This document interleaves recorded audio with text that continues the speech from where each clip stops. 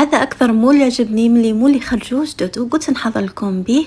حلوة سهلة بنينة وثمثم توجد والطعم تاعها هايل ومشي كامل حلوة. هذه لازم تجربوها. شوفوا الشكل تاعها كيفاش يكون. المقادير عندي 200 غرام شوكولا بيضاء ذوبتها و80 غرام بات تارتيني بذوق سبيكيلوس. انا خدمت بهذه تاع باشا اللي الذوق والبنه تاعها هايلين والسعر تاعها في المتناول، ومجرد ما تفتحي الباب راح تشمي هذيك الريحه الهايله نتاع سبيكيلوس. هنايا كما قلت لكم راح ندي منها 80 غرام، تقدروا ديروا حتى 100 غرام.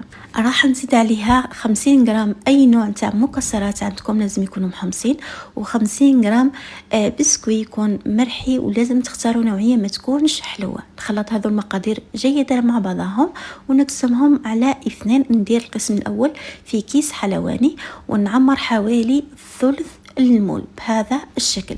وهنا مجرد تعمروا 3 حبات ابداو خبطوا فيهم هكذاك باش تهبط لكم هذوك الشوكولا ويجيكم الشكل متحوف. هنايا الطبقه الثانيه ديروا حوالي 60 غرام تاع مكسرات، حوالي 60 غرام نتاع الجاتو ولموها بشوكولاته الطيله يكون القوام تاعها طري بهذا الشكل. هنايا لازم تقدموها مليح في الاطراف ومن بعد نديروا القسم الثاني نوزعوه بهذا الشكل. هنايا بالنسبه للحشو في هذا المول وزنته 18 غرام جاني قد واكيد لازم نخبطوها ديروها في الثلاجه ولا في المجمد ومن بعد راهي تتنحلكم بكل سهوله. شوفوا الشكل تاعها كيفاش يجي هايل. بالنسبه للتزيين درت لكم تزيين معتاد عليه هنايا بالسكر ديامو، بصح ما ننصحكم ديروه لانه اولا ماشي بنين وثاني ماشي صحي ومكلف.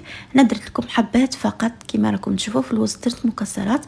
كما تقدروا ديروا هنايا بات تارتيني بذوق سبيكيلوس تاع باشا، ديروها في كيس حلواني وديروا تزينوا بها تجيكم بنينه وغير مكلفه احسن من سكر ديامو.